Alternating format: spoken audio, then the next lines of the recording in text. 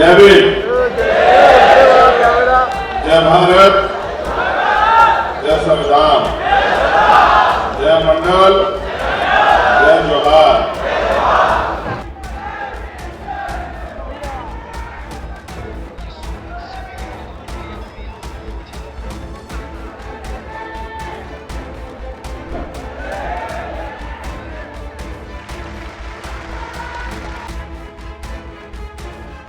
नमस्कार, मैं हूं पीयूष तिवारी और आप देख रहे हैं नव भारत लाइव। इस वक्त मैं मौजूद हूं सुरेश भट्ट सभागृह में और आज नगीना से सांसद चंद्रशेखर आज़ाद आ रहे हैं। आज़ाद समाज पार्टी के अध्यक्ष हैं और सांसद हैं नगीना से।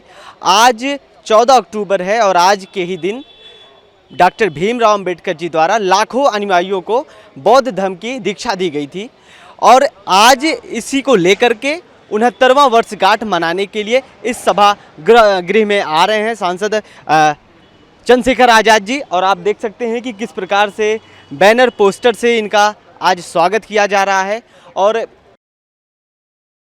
इससे पहले मैं आपको अपडेट दे दूं कि चंद्रशेखर आज़ाद जी दीक्षा भूमि में जा चुके हैं और वहां से वो इस सभागार के लिए चल पड़े हैं। और कई लोग उनके जो समर्थक हैं, उनके पार्टी के कई पदाधिकारी भी हमारे साथ मौजूद हैं जो कि इसको लेकर के आज उनके स्वागत में आए हुए हैं।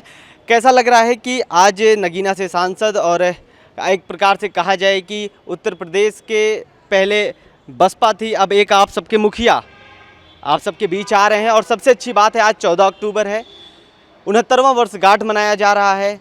बाबा साहब भीमराव अंबेडकर जी लाखों अनुयायियों को इसी दिन दीक्षा दिए थे आज के 69 साल पहले। कैसा लग रहा है आपको? पहली बात तो मैं ये कहना चाहता हूँ, मैं कामठी महोदा विधानसभा अध्यक्ष सुरेश फूल है। आज हमारे एडवोकेट सांसद भाई जो आए हुए हैं, तो दीक्षा भूमि दिवस है आज हमारा, उसके उपलक्ष्य में आज हमने प्रबुद्ध जन सम्मेलन का कार्यक्रम किया है और कर रहे। और ये सारे देश में, महाराष्ट्र में, पूरे भारत में इसका प्रयोग करके हमको जन जन तक ये प्रबुद्ध जन सम्मेलन का आवाज़ बुलंद करना है। नहीं, इसका ठीक है, सम्मेलन है, इनसे बात करिए। बिल्कुल मैं इनसे बात करूंगा। क्या इस सम्मेलन का मेनली क्या कंक्लूजन है? सम्मेलन का ये कंक्लूजन है कि सब जो दलित समाज है, मुस्लिम समाज है, ईसाई समाज है और आदिवासी समाज के लोगों, उनको एक मैसेज देना है कि जैसा भी आरएसएस, बजरंग दल और ऐसे बहुत सी संगठनें जो बढ़ावा धार्मिक जाति हमेशा संविधान के खिलाफ रही है। आपको भी पता होगा, अभी छिंदवाड़ा में 20 बच्चे मारे गए, उसके लिए भीम आर्मी ने आंदोलन करने की कोशिश की, तो उसके लिए भी अगेन बोला गया सीएम ने, यादव ने। वो फिर क्या मैसेज जा रहा है? मैसेज तो हमको यही देना है ना कि हमारा जो अधिकार है, संवैधानिक अधिकार है, हम संवैधानिक लड़ाई लड़ने के लिए। मगर आज 2014 के बाद से, जब से भारतीय जनता पार्टी है, इसने क्या किया है, संविधान, इनके जितने भी नेता मिले, संविधान के खिलाफ ही भाषण देना, संविधान के खिलाफ ही बोलना, उसमें क्या होता है कि दलित समाज पे ज़्यादा अत्याचार होता है, मुस्लिम समाज पे ज़्यादा अत्याचार होता है, क्रिश्चियन समाज पे ज़्यादा अत्याचार होता है। बहुत से ऐसे जातीय अल्पसंख्यक लोग हैं, आए दिन उनके ऊपर अत्याचार। भाई ने इसीलिए यहाँ पर आए, भाई का कहना, भाई का जो भाषण रहता है, भाई के हमेशा जो मुद्दे रहते हैं, वो सभी समाज के लिए रहते हैं, ना कि वन साइड। सिर्फ हमेशा मनुवाद के खिलाफ रहे हम, ना किसी पार्टी के खिलाफ रही हमारी पार्टी, ना किसी नेता के खिलाफ रहे हम। सिर्फ हमारा मुद्दा, हमारा लड़ाई, हमारी संघर्ष मनुवाद के खिलाफ है। तो आपको ऐसा लगता है कि बीजेपी, आरएसएस और जो तमाम दल हैं वो मनुवाद को लेकर के बढ़ावा दे रहे हैं? जी हाँ, आप भी देख लीजिए, अभी 2-3-4 साल पहले की बात है, शिवराज सिंह सीएम थे, दलित आदिवासी समाज के ऊपर, उसके ऊपर पेशाब किया गया था ब्राह्मण समाज ने। क्या कार्रवाई हुई? अगर वही मुस्लिम कोई क्राइम करता है, उसका घर तोड़ा जाता है, जो उसके घर पे जैसे भी चल जाती है। अगर वही क्राइम मुस्लिम करता है, उसके साथ भी वही हाल होता है। साफ तौर पे आज का ये जो मैसेज है कि आपका जो विशाल प्रबुद्ध जन सम्मेलन है, इसका मेनली ये मैसेज रहेगा कि संविधान की रक्षा के लिए इस तरीके से। हाँ, हमारी लड़ाई मेन संविधान की रक्षा के लिए है और दलित, मुस्लिम, ओबीसी, एससी, एसटी, ईसाई और क्रिश्चियन समाज के लोग, जैन समाज के लोग, जो अल्पसंख्यक लोग, उनको एक करने की सबसे बड़ा संघर्ष है हमारा।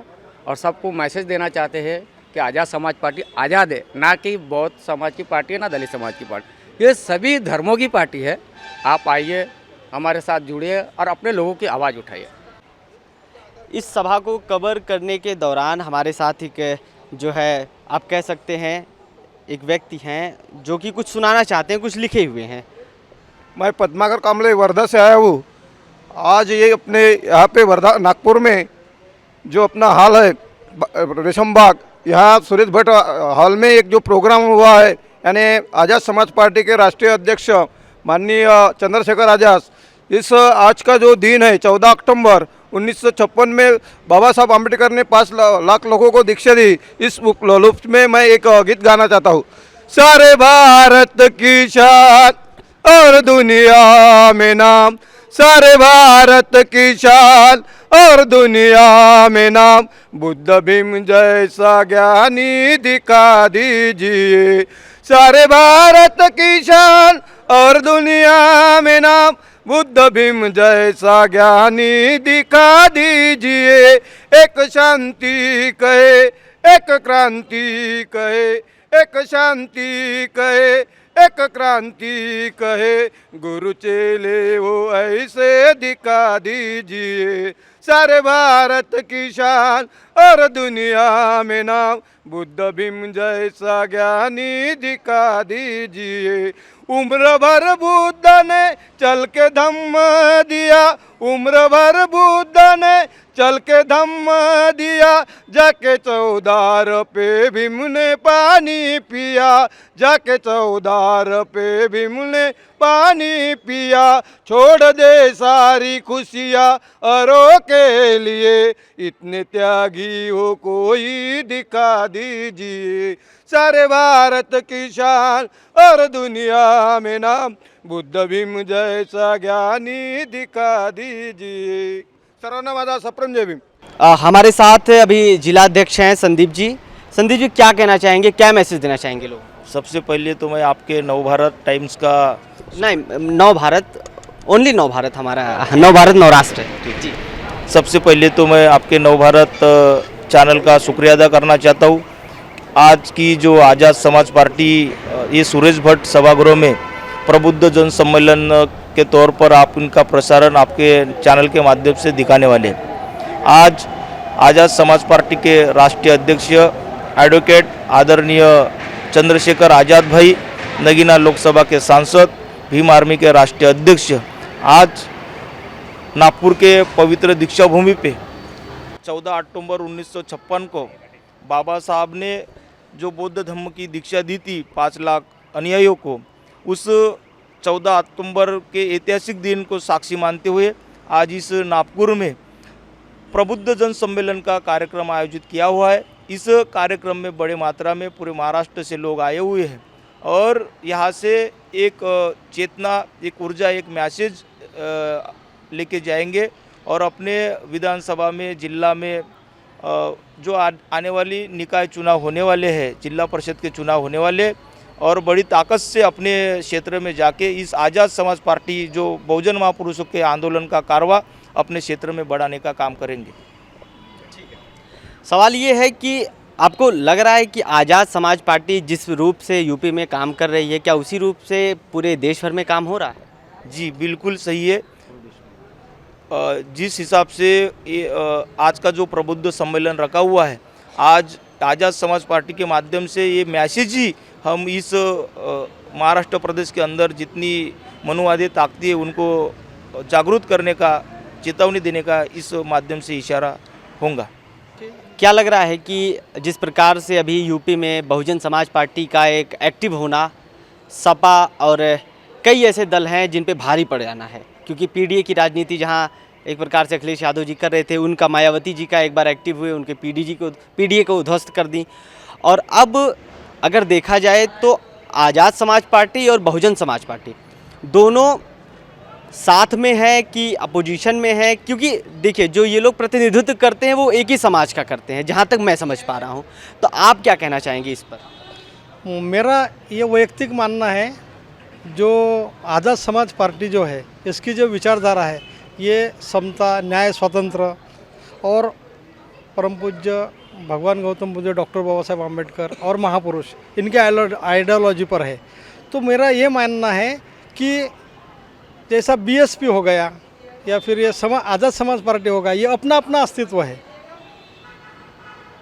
वो हल्का सा काउंटर मेरा है, मुझे जहाँ तक पता है बहुजन समाज पार्टी की स्थापना करने वाले मान्यवर काशीराम जी हैं और आज़ाद समाज पार्टी ब्रैकेट में कांसीराम जी लिखा जाता है। तो विचारधारा कैसे अलग हो सकती है? वो भी संविधान के लिए लड़ रहे हैं, ये भी संविधान के लिए लड़ रहे हैं, मनुवादियों के खिलाफ वो भी लड़ रहे हैं, मनुवादियों के खिलाफ ये भी लड़ रहे हैं। लेकिन प्रक्रिया की बात अलग की है। लेकिन अभी मायावती जी ने जो बोला कि ईडब्ल्यूएस में जो भी जनरल कास्ट के हैं, जो भी ब्राह्मण क्षत्रिय हैं, उनको आरक्षण दिया जाए, गरीब हैं तो एक प्रकार से उनका तो उधर भी रुझान है सबको लेकर के चलने का। इस विषय पर जो मतलब अभी हमारी जो आइडियोलॉजी है आज़ाद समाज पार्टी की, ये कैसी शोषित पीड़ित और समाज के आखिरी कोने में जो आदमी शोषित है उस तक जाना है। और जब हम वहाँ जाकर उनकी आवाज़ उठाते, इसलिए 22 स्टेट में हमारी पार्टी काम कर रही है अन्याय के विरुद्ध में। यहाँ पर किसी की छत्र छाया नहीं है। अब हमारे जो चंद्रशेखर जी, इन्होंने मतलब एक तड़ागाड़ा से उठ के वो वहाँ एमपी बने हैं और वो उनको मतलब राजकीय वारसा नहीं है, खुद उन्होंने मेहनत से बनाए हैं। और आज इंडिया में उनका अकेले का ही 70 साल के बाद बाबा साहेब ने जब दीक्षा दिया था, उसके बाद में पूरे इंडिया में उनका क्रेज़ है और इसलिए यंग से लेके ओल्ड लोगों तक सब उनके पीछे आ रहे हैं। और उसी का ही नेतृत्व ये समाज पार्टी आज़ाद करेगी और अच्छा अपने इसमें वाटा भी लेंगी, ये हमें पूरा विश्वास है। हमारे साथ हैं समता सैनिक दल के एक व्यक्ति हैं, अपना शुभ नाम क्या होगा सर? नागसेन बड़के, नागपुर शहर प्रभारी, नागपुर जिला उपाध्यक्ष, आज़ाद समाज पार्टी है और समता सैनिक दल से मैं बिलोंग करता हूँ। नागसेन जी, आपसे एक सवाल है कि जिस प्रकार से अभी आज़ाद समाज पार्टी के जो अध्यक्ष हैं, जो सांसद हैं नगीना से, उनके खिलाफ एक महिला ने मोर्चा खोल रही है, लगातार ट्वीट किया जा रहा है, इंस्टाग्राम पे डाला जा रहा है। तो मुझे लगता है ये सवाल मैं जनता से करूँगा तो मुझे सही जवाब मिलेगा और कई पत्रकार, कई मीडिया चैनल से वो कांटेक्ट भी कर रही हैं लगातार। और आपको क्या लगता है इस पूरी प्रक्रिया पे, प्रतिक्रिया आपकी क्या होगी? सर देखिए, जो काम करता है उस पर सवाल उठते हैं। अगर आप काम करोगे नहीं तो आपके सवाल उठाएंगे नहीं। जनता ने तो परम पूज्य परम तथागत भगवान गौतम बुद्ध उनको भी नहीं छोड़े थे, उन पर भी आरोप लगा था।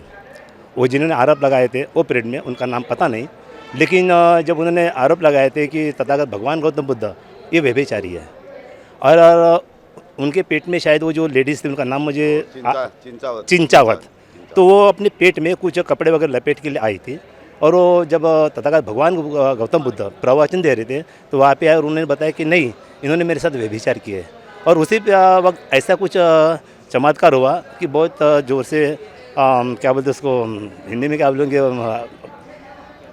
दर्द नहीं, हवा वगैरह आई, हवा आई और उसके जो कपड़े वगैरह थे वो नीचे गिर गए। तो समाज इस तरह से होता है कि जो काम कर रहे हैं उस पर आरोप लगाते हैं। कोई नई बात नहीं, बड़े बड़े लोग आरोप लगे जिनका अपना काम जो आरोप लगाते हैं आरोप सच सामने आया उसका, चिंचावती का। अभी इनके लिए क्या कहना चाहेंगे? इनका भी तो कोई सच सामने ले आ रहा है। अभी जो हमारे समाज में, ये बहुजन समाज में नेतृत्व करने लायक अभी कोई बचा नहीं है।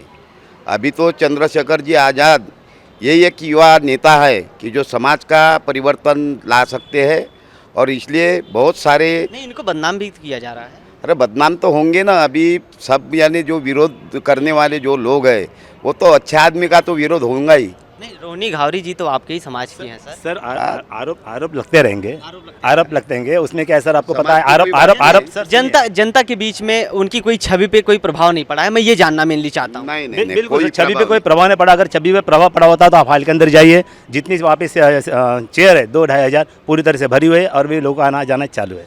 अभी दिल्ली में भी सम्मेलन हो गया था चंद्रशेखर आज़ाद जी का, तो वहाँ पैर रखने के लिए जगह नहीं थी।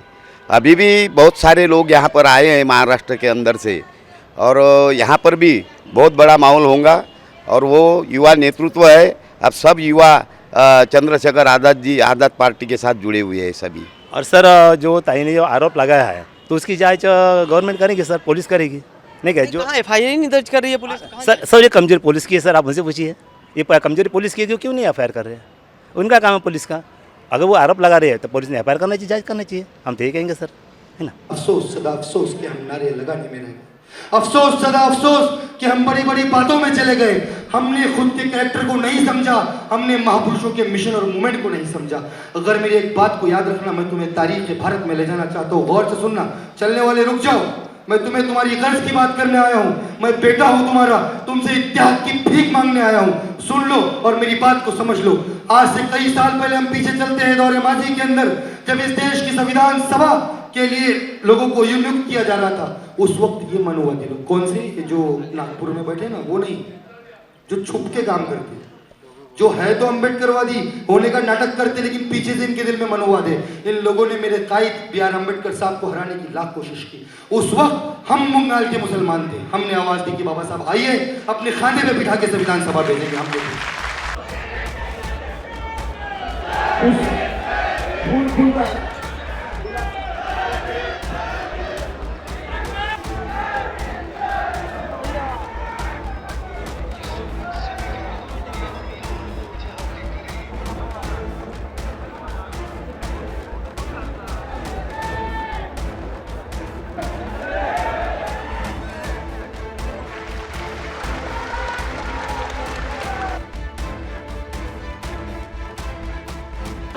जय भीम, जय भारत, जय संविधान, जय मंडल, जय जोहार, नमस्कार, आदाब, सत श्री अकाल। महाराष्ट्र मैं 1 जनवरी को आता हूं, इस बार मैं अक्टूबर में आ गया। जब मैं महाराष्ट्र आता हूं तो जब मैं चलता हूं उत्तर प्रदेश से दिल्ली के रास्ते, तो मैं बढ़िया मजबूत जैकेट पहन के प्लेन में बैठता हूँ। लेकिन जैसे ही मैं वो प्लेन यहाँ उतरता है पुणे में या मुंबई में, तो वो जैकेट मुझे उठा के रखनी पड़ती है। इसका मतलब ये है कि वहाँ से यहाँ की दूरी में तापमान बदल जाता है, लेकिन समस्या नहीं बदलती। जो समस्या वहाँ है वही समस्या यहाँ भी हमारे लोग, अभी मैं कर्मचारियों की मीटिंग में गया था, बड़े बड़े लेवल के अधिकारी कर्मचारी थे, उनकी मीटिंग में गया था, तो वो भी मुझसे समस्या ही बता रहे। मेरी आवाज आ रही है ना? तो वो भी मुझसे कह रहे थे ये समस्या है, ये समस्या है, ये समस्या है, ये समस्या है, ये समस्या। मैं सोच रहा था कि ये सब लोग वो हैं जो हजारों लोगों की लड़ाई लड़ सकते हैं, इन पर भी समस्या है, और जिस गांव देहात में मैं जाता हूं वहां भी समस्या है। तो खुशहाल लोग कहाँ हैं? तो खुशहाल लोग वही होते हैं जहां बाबा साहब अम्बेडकर ने जो कहा कि political power is the master की, जहां राजनीतिक शक्ति होती है वहीं खुशहाली होती है। क्योंकि भारत लोकतांत्रिक व्यवस्था में है, जिनके हाथ में कलम की ताकत है वही बदलाव कर सकते हैं, वही बदलाव की रेखा को आगे बढ़ा सकते हैं, वही पॉलिसी बना के लोगों को लाभ दे सकते हैं। तो यहाँ ये लगता है कि यहाँ बहुत लोग पीछे हैं। महाराष्ट्र में मैं आता हूँ, सांस्कृतिक मूवमेंट बहुत जो शानदार है, दिल खुश हो जाता है, हिम्मत बढ़ जाती है, ऊर्जा बढ़ जाती है। यहाँ पुरुषों से ज्यादा महिलाओं में सांस्कृतिक मूवमेंट के बीज दिखाई देते हैं। मैं जब पुणे जाता था तो कई दिन महिलाएं चल के वहाँ पहुँचती थी राष्ट्रपिता ज्योतिबा फुले को उनके जो जन्मदिन पे वहाँ पुष्प चढ़ाने के लिए। जब मैं 14 अक्टूबर का कार्यक्रम देखता हूँ तो मुझे दिखता है लाखों लोग, 4-5 लाख लोग जो हैं वो आ रहे हैं पुष्प चढ़ाने के लिए, दीक्षा भूमि को नमन करने के लिए, चैत्य भूमि के कार्यक्रम को नमन करने के लिए लोग जाते हैं। फिर मैं 14 अप्रैल का कार्यक्रम देखता हूं तो जगह जगह पे चौराहों पे बहुत बड़े बड़े कार्यक्रम होता है, आयोजन होते हैं, रंग लगता है, फूल होते हैं, तमाम मिठाई बांटी है, सब कुछ होता है। और जब मैं भीमा कोरे गाँव जाता हूँ तो देखता हूँ पूरा पुणे शहर जो है वो नीले रंग में हो गया है। चारों तरफ स्टेज लगते हैं, बड़े बड़े आयोजन होते हैं, नाच गाने होते हैं। मैं अपने मन में सोचता हूँ, हालांकि मुझे नहीं पता ये बात मेरी आपको अच्छी लगेगी, तो मैं समझता हूँ कि भाई अब इनका मिशन पूरा हो गया है। क्योंकि इनका मिशन तो आज का यही था कि नाच गाना करके, बढ़िया डीजे बजा के, बढ़िया भोजन वो करके, बढ़िया जो है फूल बरसा के, बढ़िया रंग लगा के हमें ये भीमा कोरे गाँव शौर्य दिवस मनाना है। लेकिन क्या मैं आपसे जानना चाहता हूँ, मैं आपका अपना हूं, आपका खून हूं, आपका भाई हूं, क्या एक दिन 14 अप्रैल मना के, 6 दिसंबर में एक दिन दुख प्रकट करके, 14 अक्टूबर को धम्मचक्र प्रवर्तन दिवस का हिस्सा बनकर, 1 जनवरी को सूर्य दिवस का हिस्सा बनकर, क्या हमारी गरीबी, बेबसी, लाचारी तमाम तरह की परेशानियां दूर हो सकती हैं? जोर से बताइए, हो सकती है? तो मैं जब सांस्कृतिक मूवमेंट देखता हूं मेरा बड़ा दिल खुश होता है। जब मैं धार्मिक मूवमेंट देखता हूं या उधर येवला जाते हैं जहां बाबा साहब ने ये स्टेटमेंट दिया था कि मैं हिंदू धर्म में पैदा हुआ, ये मेरे बस की बात नहीं थी, लेकिन मैं हिंदू धर्म में मरूंगा नहीं, ये मेरे बस की बात है। तो मैं वहां भी जाता हूं, वहां भी बड़ी संख्या में लोग देखता हूं, लेकिन राजनीतिक मूवमेंट हमारी कहां है? राजनीतिक शक्ति हमारे पास कितनी? युद्ध होते थे, हजारों हजारों लोग मर जाते थे, तब राजकाज होता था। लेकिन धन्य हो बाबा साहब अम्बेडकर, अंतिम व्यक्ति को भी जो बालिग वोटिंग राइट दिला के हमारी उंगली में इतनी शक्ति दे दी कि जिसे चाहे कुर्सी में बिठा दो, जिसे चाहे जमीन पे पटक। लेकिन मैं बाबा साहब को तो धन्यवाद करूंगा, लेकिन आपको साधुवाद के अलावा और कर ही क्या सकता हूं कि उन्होंने तो इतनी ताकत दे दी, लेकिन आप तो ना कुर्सी पे बैठ पा रहे, ना किसी को पटक पा रहे। जो लोग आपके आंदोलन को खत्म कर देना चाहते हैं, जो लोग आपके संविधान को खत्म कर देना चाहते हैं, जो लोग आपके अधिकारों को लूट लेना चाहते हैं, वो कुर्सी में बैठे और आप लोग बैठ के तमाशा देख रहे हो। बड़ी चिंता की बात। जब इतना जागरूकता है सामाजिक मूवमेंट की, इतनी जागरूकता है सांस्कृतिक मूवमेंट की, इतनी जागरूकता है धार्मिक मूवमेंट की, तो फिर राजनीतिक मूवमेंट की जागरूकता में कमी क्यों? उसका कारण देखो, बहुत जिम्मेदारी के साथ कह रहा हूं, समय बार बार दरवाजा नहीं खटखटाता। एक बाबा साहब आए, अपना पूरा जीवन संघर्ष करके चले गए, दोबारा हम सब मिलकर बाबा साहब को वापस नहीं ला। हमारे उधर एक मान्यवर साहब काशीराम आए, नौकरी छोड़ी, यही महाराष्ट्र में नौकरी करते थे, बीज उनमें भी यहीं से लगे। आप समझे नहीं समझे? बीज उनमें भी पुणे से लगे और उन्होंने भी अपनी जीवन का पूरा जो है जीवन लगा दिया, अपनी सारी खुशियां सब लगा दी दांव पे, लेकिन उनको भी हम वापस नहीं ला सकते। और साहू जी महाराज को और राष्ट्रपिता ज्योतिबा फुले को तो ला ही नहीं सकते। तो भाई आप ये बताओ, अगर आप लोग ये पीढ़ी, पढ़ी लिखी पीढ़ी जो सब चीजों को समझती है, ये नहीं काम करेगी तो कौन काम करेगा? मैं आपको एक उदाहरण के तौर पे बताता हूं, लेकिन उससे पहले मैं आपका ध्यान आकर्षित इस बात के साथ करूंगा, अगर बाबा साहब भी हार के बैठ जाते, भाई उनको हराने का, उनको तोड़ने का, उनको रोकने का प्रयास में कोई कमी हुई है क्या? कितने अपमान के घूंट पिए, 4-4 बच्चे कुर्बान कर दिए। जब वो अपने 4 बच्चे कुर्बान कर सकते हैं, क्या हम अपने घरों में एक बच्चा ऐसा नहीं पैदा कर सकते जिसका काम सिर्फ आंदोलन के लिए हो, जिसका जीवन सिर्फ आंदोलन के लिए हो? क्या बाबा साहब के बच्चे बच्चे नहीं थे? जब बाबा साहब ने अपने 4 बच्चे कुर्बान करके हमें यहां लाके खड़ा कर दिया, तो क्या आज हमें इतनी शक्ति क्यों कम होगी कि हम एक बच्चे को इस मूवमेंट के लिए समर्पित नहीं कर सकते? भाई देखो, सीधी बात यह है, अगर इस देश में आंदोलन चलाना क्यों जरूरी है, इसका उदाहरण आप समझिए।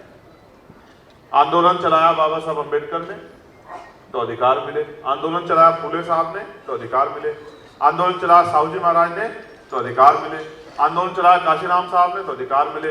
और अगर आप ये समझते हो आपका जीवन खुशहाल हो गया, रोटी कपड़ा मकान और तमाम तरह के रोजगार और स्वाभिमान सम्मान का जीवन आपको मिल गया है और अब आपको कुछ चाहिए नहीं, तो आंदोलन मत चलाओ।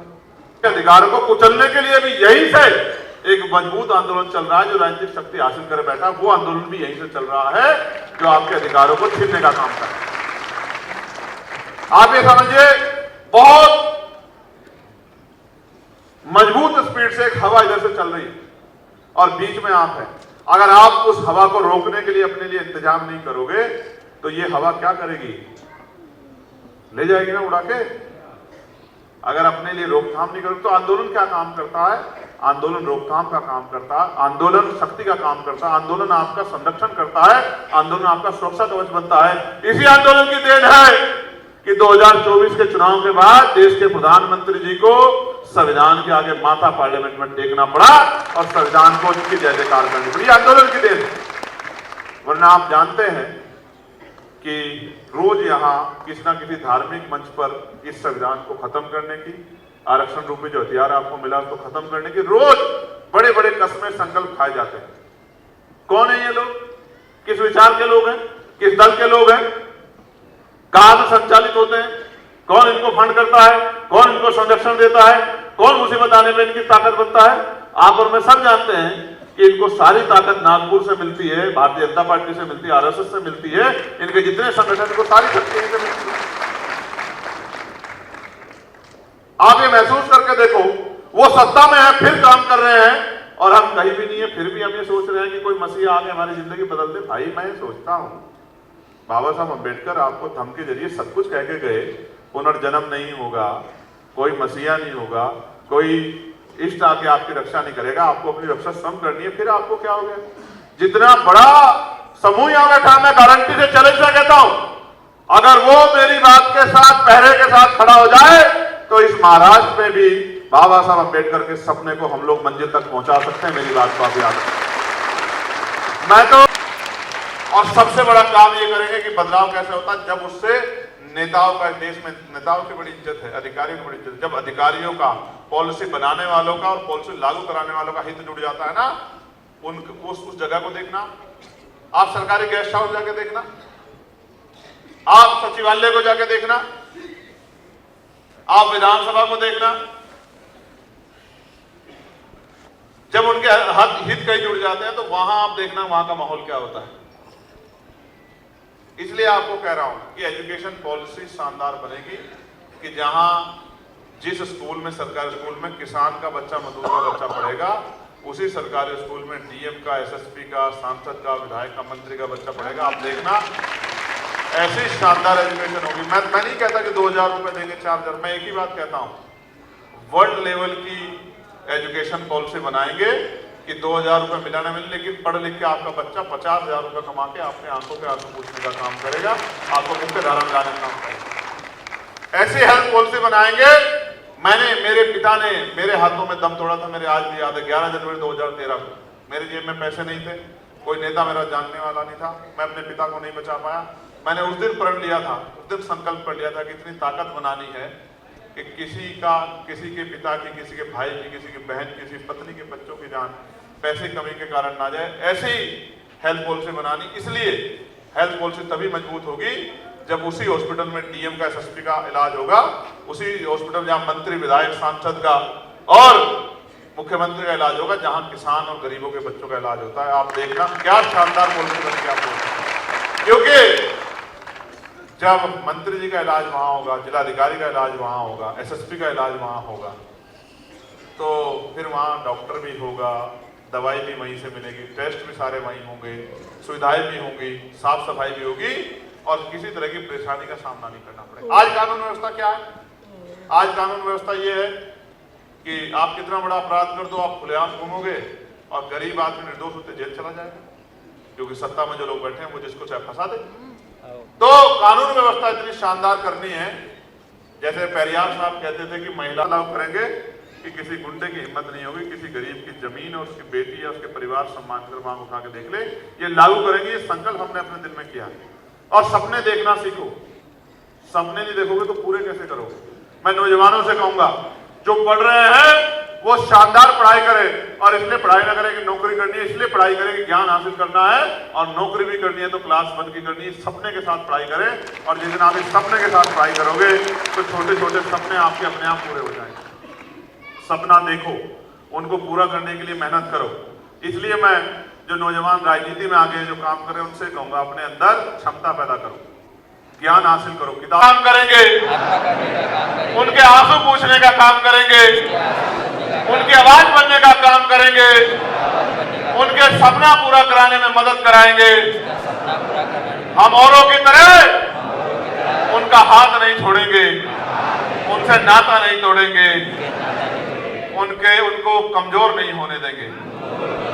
अब हाथ नीचे करो।